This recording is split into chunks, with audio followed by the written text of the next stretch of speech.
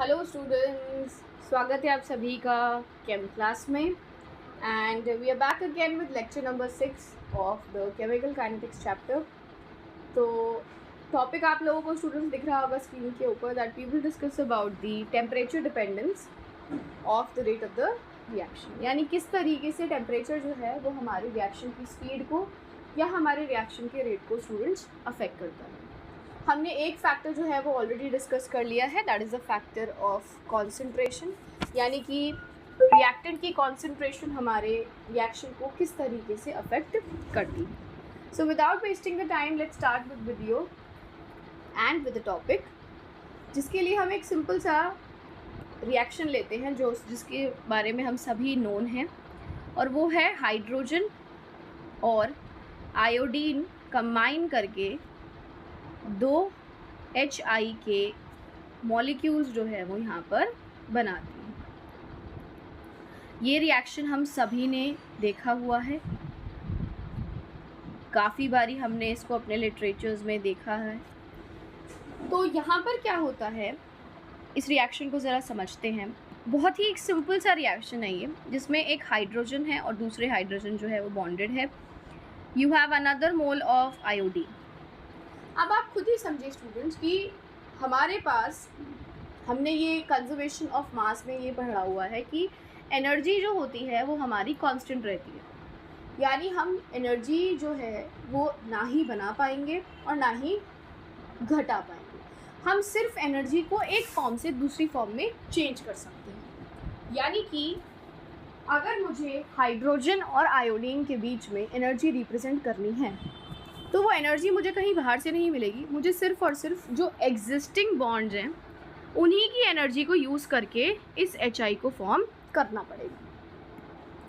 अब उसके लिए होता ये है कि जो हाइड्रोजन है दूसरे हाइड्रोजन के साथ अपने बॉन्ड को ब्रेक करता है। उसी दौरान जो आयोडीन है वो भी अपने दूसरे आयोडीन के एटम के साथ अपना बॉन्ड ब्रेक करता है, और हाइड्रोजन और आयोडीन आपस में बॉन्ड बनाते हैं ऑन ईदर साइड, और उसकी वजह से हमें मिलता है एक इस तरीके का इंटरमीडिएट स्पीशीज़। यानी ये दोनों मिलकर हमें हेल्प कर रहे हैं ये बनाने के लिए, और इसी को हम डिफाइन करते हैं students as the intermediate. Intermediate का मतलब है एक ऐसा स्पीशीज़ जो मेरे रिएक्टेंट और मेरे प्रोडक्ट के बीच में बनता है। ठीक है, अब जाहिर सी बात है ये इंटरमीडिएट जो है वो अपने बॉन्ड्स को स्टेबलाइज करके 2 HI के मॉलिक्यूल्स आसानी से फॉर्म कर देगा, ऐसे कि hydrogen and iodine bonded along another molecule of hydrogen and iodine.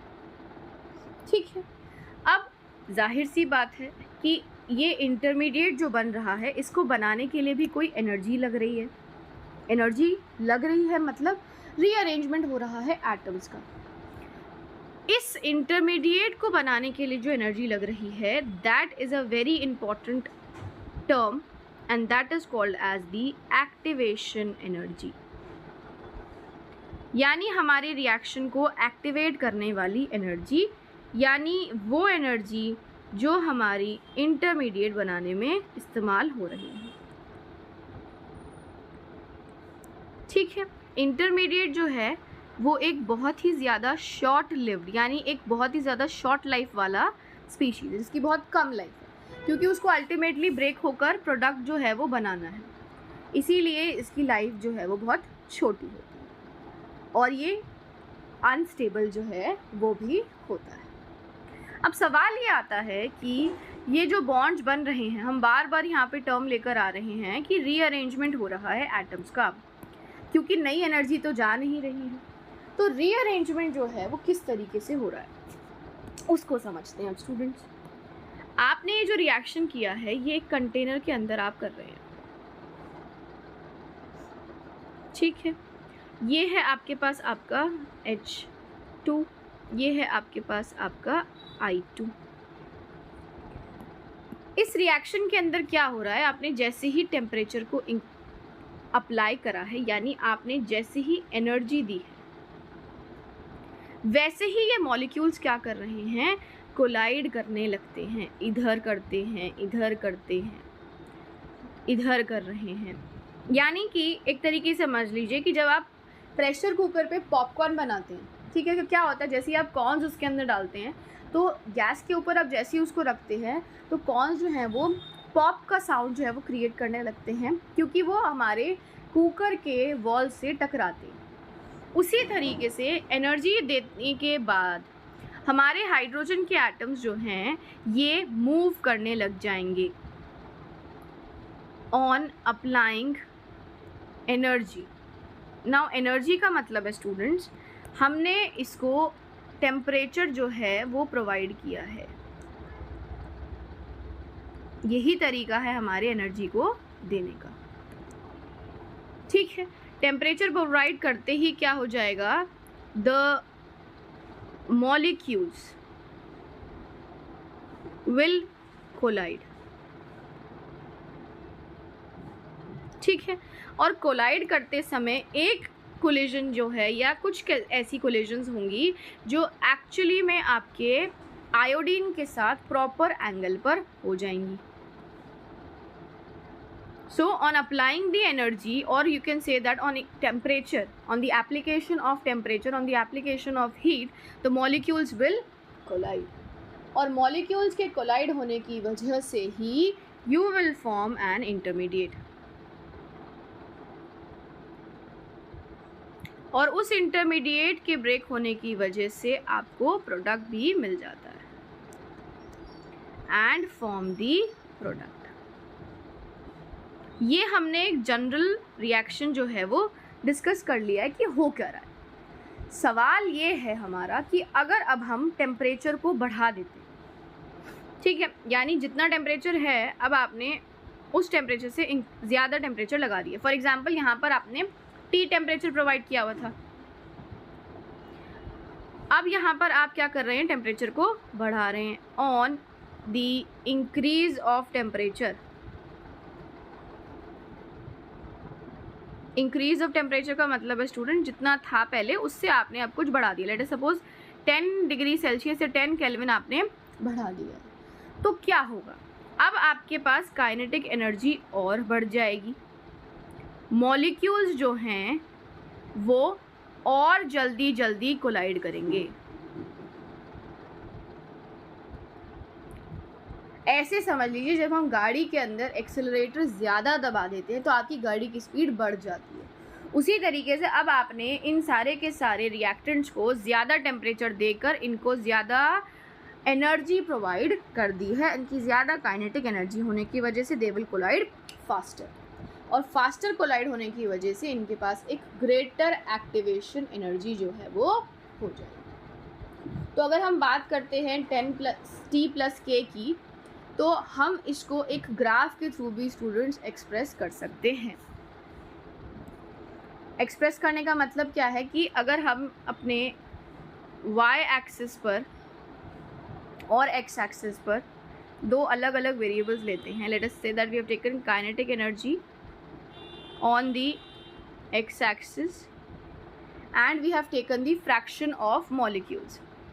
Now when I say fraction of molecules, तो मेरा मतलब है कि काइनेटिक एनर्जी किन किन मॉलिक्यूल्स के पास है वो नंबर को रिप्रेजेंट किया जा रहा है on the y and kinetic energy on the x।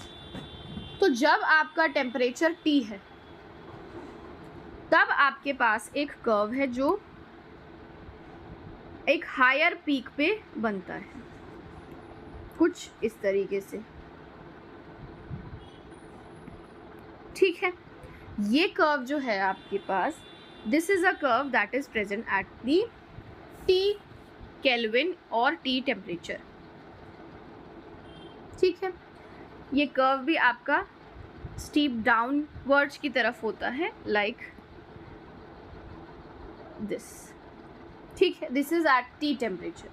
अब जब मैंने T+10 डिग्री सेल्सियस या 10 केल्विन बढ़ा दिया है तो आपके पास स्टीप ऑफ द कर्व तो नीचे की तरफ हो जाएगा, लेकिन the width of the curve, यानी आपके पास कर्व जो है वो आपका वो ज़्यादा एरिया को अब स्टूडेंट्स कवर करेगा। देखिए ये यहाँ से शुरू होगा एट 0 और ये इस तरीके से जाएगा। तो ये जो ग्रीन लाइन से हमने इंडिकेट किया है ये t+10 पर है। तो आप ये देखेंगे कि एरिया जो है स्टूडेंट्स वो ज़्यादा जो है वो आएगा आपका t+ केल्विन के केस में, t+10 के। तो डायग्राम को अगर आप देखते हो तो एरिया जो है आपका 10+t का वो एरिया आपका ग्रेटर है। तो हम ये समझ पा रहे हैं इस चीज़ से, एरिया ग्रेटर का मतलब आप समझिएगा, हम ये वाला जो एरिया है, ठीक है, this is the area that is additional, ठीक है, यानी ये जो एरिया है ये हमें शो करता है एडिशनल मॉलिक्यूल्स या एडिशनल एटम्स जो कि एक्चुअली में t+10 पर बढ़ रहे हैं, दैट रिएक्ट एट t+10, ठीक है। तो इससे हमें ये समझ आया कि टेम्परेचर अगर बढ़ा देते हैं तो मॉलिक्यूल्स के पास एक्टिवेशन एनर्जी बढ़ जाती है, मॉलिक्यूल्स का एरिया जो है वो बढ़ जाता है। तो जाहिर सी बात है अगर अब एक्टिवेशन एनर्जी बढ़ जाएगी तो अब आपके पास मॉलिक्यूल्स जो हैं वो ज़्यादा कन्वर्ट होंगे इनटू दी इंटरमीडिएट, और अगर इंटरमीडिएट में वो जल्दी बनेंगे तो ऑब्वियसली आपका प्रोडक्ट जो है वो बनाएंगे। यानी कि आप ये सीधा सीधा समझ गए हैं कि whenever we are increasing the temperature there are greater number of molecules that are actually forming the intermediate, और अगर वो molecules बढ़ गए हैं तो you are increasing the rate of the reaction, ठीक है। सो इस तरीके से हमने इसको पढ़ लिया है। अब हमने एक कर्व तो अपना फ्रैक्शन ऑफ मॉलिक्यूल्स के रिस्पेक्टिव में देख लिया है, अब एक कर्व हम देखेंगे with the respective of the potential energy, यानी एक्टिवेशन एनर्जी के रिस्पेक्टिव में अब हमें कर्व को रिप्रेजेंट करेंगे। यहाँ पर हमारे पास एक्स एक्सिस पे होगा हमारा रिएक्शन कोऑर्डिनेट। रिएक्शन कोऑर्डिनेट का मतलब है that will give us the various steps और the various stages of the reaction, and on the Y axis students हम लोग बना रहे हैं पोटेंशियल एनर्जी। ये बहुत ही सिंपल सा कर्व है। इस कर्व के अंदर सबसे पहले ए साइड पर जो सबसे पहला स्टेज है वो स्टेज है रिएक्टेंट का, जिसमें H2 और I2 जो हैं वो साथ में एडेड हैं। यहाँ पर कुछ एनर्जी होगी, उस एनर्जी को क्रॉस करके हमारे रिएक्टेंट्स जो हैं वो प्रोडक्ट की तरफ जाएंगे, ठीक है। तो ये इस तरीके से आपके पास ये है। अब समझिए हमने जो एक चीज़ दिखाई है वो यहाँ पर क्या दिखाई है स्टूडेंट्स, ये ए है, ए स्टेप आप सभी के पास, और ये है आपके पास आपका स्टेप एट बी यानी स्टेज बी, और एक आपका है स्टेज नंबर सी जो यहाँ है आपके स्टीप पर। ये जो स्टेज है this is the stage where the activated complex, यानी कि जिसको हम इंटरमीडिएट कहते हैं। तो इंटरमीडिएट का एक और नाम हमें पता चल गया है, that is the activated complex, एक ऐसा कॉम्प्लेक्स जिसने एक्टिवेशन एनर्जी को इस्तेमाल किया हुआ है। ये वो स्टेज है सी, और ए जो स्टेज थी वो ए स्टेज थी हमारे रिएक्टेंट की। तो रिएक्टेंट से एक्टिवेटेड कॉम्प्लेक्स तक जाने की जो एनर्जी होगी वो जाहिर सी बात है कौन सी एनर्जी हो जाएगी, वही एनर्जी हो जाएगी हमारी एक्टिवेशन एनर्जी।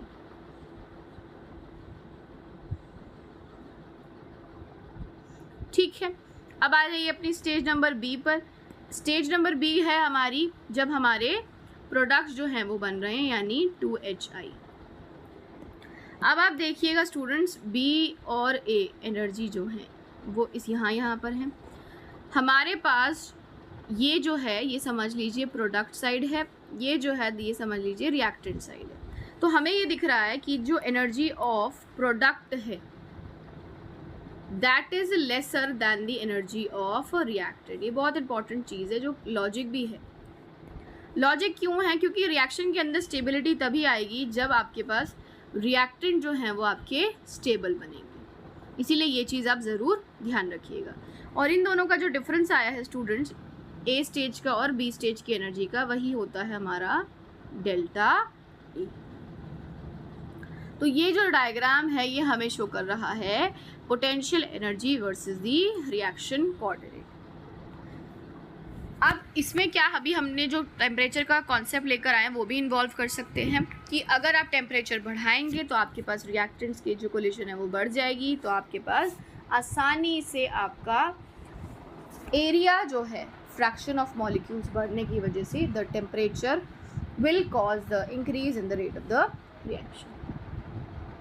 अब इसी चीज़ को एक्सप्लेन करने के लिए, यानी टेम्परेचर के डिपेंडेंस को, we have a factor of, or we can say we have an equation which is actually called as the Arrhenius equation, very important, जो टेम्परेचर को और एक्टिवेशन एनर्जी दोनों को ही आसपास लेकर आ जाता है।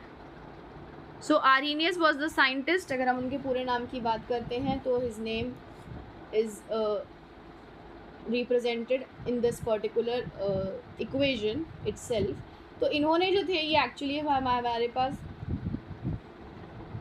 एक्सप्लेन करते थे कि किस तरीके से एक्टिवेशन एनर्जी और हमारे पास रेट साथ में रिलेट किया जा सकता है। So he gave an equation that states that K is equivalent to A E minus E A by R into T.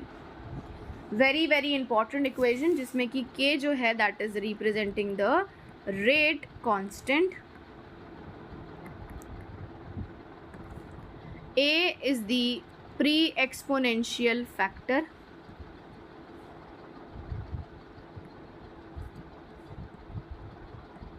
EA जो है students that is the activation energy,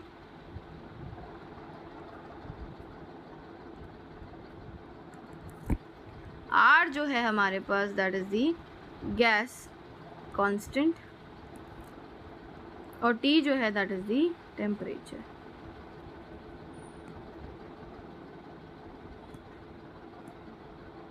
ठीक है, R जो है वो है हमारे पास हमारा गैस कांस्टेंट, और सबसे इम्पॉर्टेंट फैक्टर जो है वो है हमारे पास हमारा टेम्परेचर T। तो ये सारे वेरिएबल्स जो हैं वो हमारे पास हमारी आर्हेनियस इक्वेशन को एक्सप्लेन करते हैं। गैस कांस्टेंट की वैल्यू हम सभी को पता है, that is 8.314 joule kelvin inverse mole inverse. ठीक है, रेट कांस्टेंट हम सब ऑलरेडी पढ़ के आ चुके हैं, जो कि डिपेंड करता है on the order of the reaction. तो ये है हमारी Arrhenius equation that explains us how the temperature is affecting the rate of the reaction. ठीक है, तो सीधा कॉन्सेप्ट हम ये पढ़ के आए हैं कि टेम्परेचर बढ़ाने पर रेट जो है वो बढ़ जाता है, क्योंकि number of molecules that have the energy are increasing. ठीक है, अब इसी को हम एक्सप्रेस करते हैं इन दी एक्सपोनेंशियल फॉर्म, यानी कि अगर हम लॉग लेते हैं on both the sides of the equation, so we will have the equation to be taking the natural logarithm on both sides of equation। जो हमने आर्हेनियस इक्वेशन लिखी है उसी को अब हम एक्सप्रेस कर रहे हैं डिफरेंट तरीके से। सो हमारे पास एक साइड क्या आएगा, you will have ln k to be ln a e minus E A by R into T. अब नेचुरल की एक लॉगरिदम की एक प्रॉपर्टी लग जाएगी, ln a plus ln e raise to the power minus E A by R into T. और property क्या है कि ln ए बी जो होता है students that is ln a plus ln b। तो यहाँ एक फंक्शन a है और एक फंक्शन आपका एक्सपोनेंशियल है। अब नेक्स्ट प्रॉपर्टी में क्या देखेंगे हम, नेक्स्ट प्रॉपर्टी में ये देखेंगे कि हमारे पास ये जो फैक्टर है इसमें एक और प्रॉपर्टी लग रही है, और वो प्रॉपर्टी है ln of a raise to the power b, that is b ln a। तो ये जो पूरा फंक्शन है ये आपका b है और ये आपका a है, तो हो जाएगा ये minus E A by R into T ln e, and ln e is equivalent to 1। ln a as it is चल रहा है और ln k आपका एक साइड है, तो हमारे पास ये क्या आ जाएगा, we will have ln k is equivalent to ln a minus E A by R into T. ये हो गया हमारे पास नेचुरल लॉगरिदम में हमारी इक्वेशन। ठीक है, अब अगर सपोज कीजिए हम इसको नेचुरल लॉगरिदम से कन्वर्ट करना चाहते हैं इनटू द बेस 10। ठीक है, बेस 10 का मतलब है कि हम चाह रहे हैं कि एक इक्वेशन आए जो कि हमारे पास लॉगरिदम से चेंज होकर, नेचुरल लॉगरिदम से चेंज होकर बेस 10 के अंदर वो आ जाए। तो उसके लिए स्टूडेंट्स हमें क्या करना पड़ेगा, उसके लिए बहुत ही सिंपल सी चीज़ है, हमें सिर्फ और सिर्फ जो हमारी इक्वेशन आई है ln k is equivalent to ln a minus E A by R T, अब हमें इसको बेस 10 में करने के लिए एक 2.303 के फैक्टर से मल्टीप्लाई करना पड़ेगा। So 2.303 log k is equivalent to 2.303 log a, that minus E A by R into T. अब हम इसको थोड़ा सा रीअरेंज कर सकते हैं, कैसे, log k is equivalent to log a minus E A by 2.303 R into T. तो बहुत ही बेहतरीन तरीके से हमारे पास लॉगरिदम्स फंक्शन बेस 10 में भी हमारा आंसर आ जाएगा। 2.303 हमने बस एक तरीके से शिफ्ट कर दिया है on the right hand side of the equation. ठीक है, तो ये हमारे पास हमारी जो इक्वेशन है वो आ जाएगी। ठीक है स्टूडेंट्स, अब यहाँ पर आप एक और चीज़ को समझिएगा कि अगर हमें टेम्परेचर जो है वो डिफरेंट दिया हुआ है, यानी अगर हमें रिएक्शन जो है वो दो डिफरेंट टेम्परेचर्स पे दी हुई है, यानी कि अगर हम एट टेम्परेचर T1 लेते हैं तो इक्वेशन बनेगी log K2 equals to log A minus E A by 2.303 R T1। उसी तरीके से एट टेम्परेचर T2 इक्वेशन बनेगी log K2 is equivalent to log A minus E A by 2.303 R into T2। I hope आप सभी ये समझ पा रहे होंगे कि हमने दो डिफरेंट टेम्परेचर्स पर दो डिफरेंट रेट कॉन्स्टेंट्स लिए हैं। ऐसा इसीलिए लिया है क्योंकि अगर आप टेम्परेचर को बदल देते हैं तो obviously rate of the reaction बदल जाएगा, रेट ऑफ द रिएक्शन बदलने की वजह से आपका रेट कांस्टेंट भी बदल जाएगा, लेकिन ए जो है वो कांस्टेंट रहेगा एक रिएक्शन के लिए।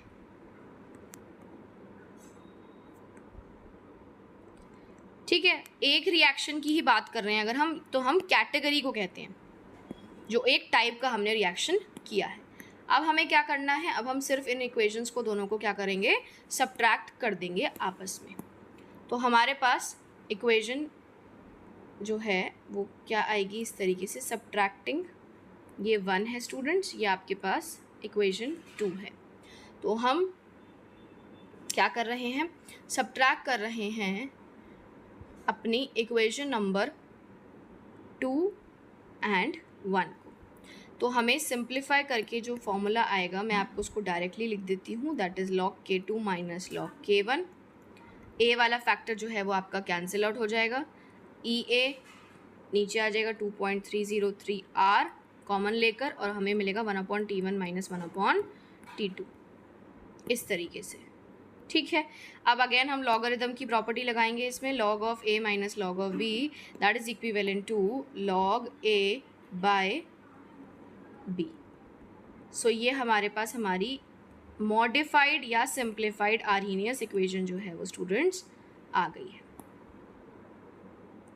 2.303 r and you have 1/T1 minus 1/T2। Temperatures जो हैं वो आपके केल्विन में होंगे, क्योंकि आर की वैल्यू जो है वो आपके पास केल्विन में रहती है और T1 जो है वो छोटा रहेगा आपके T2 से। ठीक है, अब लास्ट में जाते जाते हम एक और चीज़ पढ़ लेते हैं और वो है हमारे पास अपने इस पर्टिकुलर रिएक्शन के लिए यानी इस पर्टिकुलर इक्वेशन के लिए स्लोप। तो स्लोप आप यहाँ से देखिएगा, जब हमने इसको लिखा है अपनी आर्हेनियस इक्वेशन को उससे जी, तो स्लोप हम बहुत सिंपल तरीके से निकाल सकते हैं। स्लोप का मतलब है अगर हम इक्वेशन का लिए रिप्रेजेंटेशन करते हैं ग्राफ का, सो हमें पता है ln k जो है स्टूडेंट्स वो है आपके पास ln a minus E A by R into T. ये हम नेचुरल लॉग वाली इक्वेशन के लिए एक्सक्यूज मी रिप्रेजेंट कर रहे हैं। ठीक है, आप इसको रिप्रेजेंट कीजिए y equals to M X plus C वाली इक्वेशन के साथ। ठीक है, तो y एक्सिस पे हम क्या ड्रॉ करेंगे, y एक्सिस पे हम ड्रॉ करेंगे हमारे पास हमारा ln k। वेरिएबल्स को मैच कर लीजिए। हमें अपने x एक्सिस पे क्या ड्रॉ करना है, हम नेगेटिव वेरिएबल नहीं ले सकते, तो हम 1/t जो है वो रिप्रेजेंट कर रहे हैं अपने x एक्सिस। Excuse me. अब हमारे पास जो स्लोप है वो क्या है स्टूडेंट्स, स्लोप जो है that is minus E A by R और जो इंटरसेप्ट है हमारे पास वो है ln k। यानी 0 से एक ग्राफ शुरू नहीं होगा, ये ग्राफ कहाँ से शुरू होगा, ये ग्राफ शुरू होगा अबव 0 से, और क्योंकि नेगेटिव स्लोप है तो एक डिक्रीजिंग लाइन बनेगी हमारी इस तरीके से। तो ये हमारे पास हमारा आर्हेनियस इक्वेशन का ग्राफ हो जाएगा, graph of ln k versus 1/t। ये हमने आर्हेनियस इक्वेशन के लिए रिप्रेजेंटेशन जो है वो अपनी दे दी है। और लास्ट में हम ये देख कर आए हैं कि अगर हमें आर्हेनियस इक्वेशन दो डिफरेंट टेम्परेचर्स पर रिप्रेजेंट करनी है, दो अलग अलग रेट कांस्टेंट के साथ, तो हम इस तरीके से उसे कर सकते हैं। ठीक है स्टूडेंट्स, सो आई होप आप सभी को आज का टॉपिक, आज की वीडियो जो है वो इंटरेस्टिंग लगी हो। मैंने बहुत ही सिंपल तरीके से आर्हेनियस इक्वेशन को एक्सप्लेन करने की कोशिश की है। अगर वीडियो पसंद आती है तो जरूर like the video students and please अपने फ्रेंड्स के साथ भी शेयर कीजिएगा and do not forget to subscribe to the channel so that आपको अगली वीडियो का नोटिफिकेशन ज़रूर मिल जाए।